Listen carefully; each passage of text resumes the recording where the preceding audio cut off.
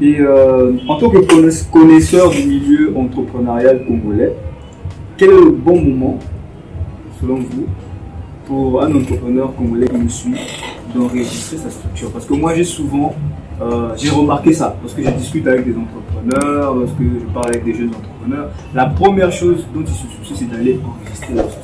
Alors qu'ils ne produisent encore rien et ils veulent aller, parce qu'au Congo, on est dans cette mentalité d'apparence. Parce que le fait de dire qu'on a une société, moi j'ai souvent l'habitude de leur dire qu'une société, c'est juste un papier juridique dans le bureau d'un cabinet juridique qui dit que voilà, vous êtes apte à payer des impôts, en fait. C'est ça que ça veut dire.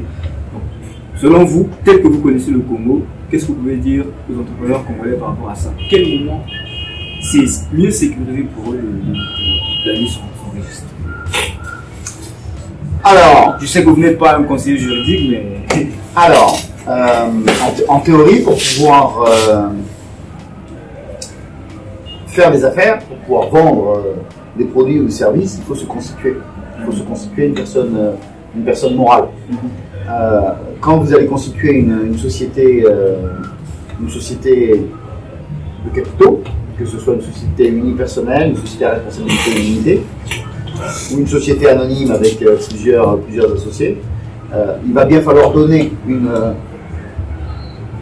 identité juridique à l'entreprise qui va permettre de s'adresser, c'est cette entreprise qui va s'adresser au marché, que ce soit des particuliers, que ce soit des entreprises.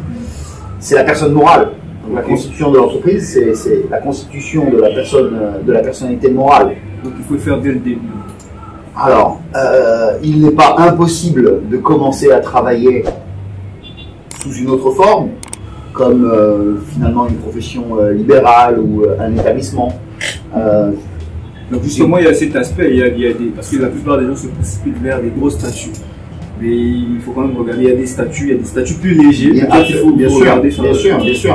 En plus, aujourd'hui, en particulier, il y a le statut de l'auto-entrepreneur, qui est un statut qui est extrêmement léger et qui permet à toute personne de se constituer de manière très rapide un statut donc juridique qui n'est donc pas, ce n'est pas une société de capitaux, hein, c'est donc un individu, personne physique, qui va déclarer son statut d'auto-entrepreneur. C'est un développement assez récent, je crois que c'est dans la loi de finances, si je ne me trompe pas, ici au Congo, qui permet d'obtenir donc ce statut d'auto-entrepreneur et tout de suite d'avoir donc une existence dans le cadre de ce statut. Je pense qu'ils l'appellent ici entreprenant. Oui, auto-entreprenant. L'idée, c'est de permettre à des personnes de travailler, parce que on n'a pas toujours la possibilité de trouver un emploi dans une entreprise, hein, et on sait qu'il est de plus en plus difficile, d'une manière générale, de trouver des emplois dans des entreprises, des postes de travail dans les entreprises. Donc, mais certains sont prêts à fournir des prestations, à fournir du travail, et pour pouvoir le faire, ils se constituent donc effectivement en auto-entrepreneur ou en entreprenant, ce qui permet de commencer à faire une facturation officielle, formelle, et d'avoir une déclaration de chiffre d'affaires en fin d'année, qui est en fait une déclaration de revenus personnels, comme si c'était une déclaration de revenus provenant d'un salaire, sauf que c'est une déclaration de revenus qui provient des prestations que vous réalisez. C'est quelque chose que, par exemple, en France, un statut qui a été mis en place il y a quelques années et qui permet à des personnes qui sont au chômage de sortir du chômage et de commencer effectivement à travailler, même si ce sont des petits emplois, ce sont des emplois indépendants en fait. Ce sont des emplois indépendants qui permettent d'aller, je sais pas, par exemple, garder les enfants de quelqu'un à la maison, d'aller s'occuper du jardin de quelqu'un à la maison, d'aller s'occuper de nettoyer par exemple les bureaux d'une entreprise et de facturer à titre personnel, comme si on était un consultant ou un conseiller. Donc ce n'est pas une entreprise, c'est un auto-entrepreneur qui va faire sa facture à l'entreprise, et l'entreprise va, je crois là aussi que c'est dans la loi, retenir un pourcentage en amont sur la facture donc de l'auto-entrepreneur au titre de la fiscalité. C'est-à-dire que c'est un impôt qui va être payé en amont sur la facture de l'auto-entrepreneur. Et l'auto-entrepreneur a aussi, en fin d'année, une déclaration de revenus à faire, en principe, pour justement déclarer ses revenus et être fiscalisé sur les revenus de l'État.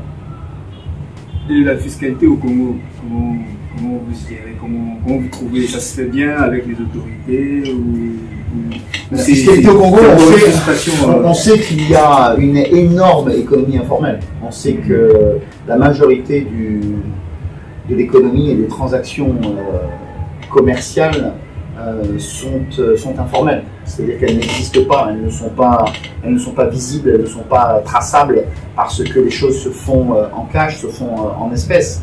Donc malheureusement, la fiscalité repose sur un nombre réduit de contribuables qui sont les entreprises du secteur formel, donc les grandes entreprises, les moyennes entreprises, les petites entreprises du secteur formel. Et quand on regarde les chiffres, le nombre d'entreprises formelles au Congo, le nombre n'est pas élevé, il n'y a pas beaucoup d'entreprises. Et sur ces entreprises-là, il y a une pression une pression permanente qui est trop lourde, beaucoup trop lourde, et qui rend la vie au quotidien, la vie d'un gestionnaire d'entreprise difficile.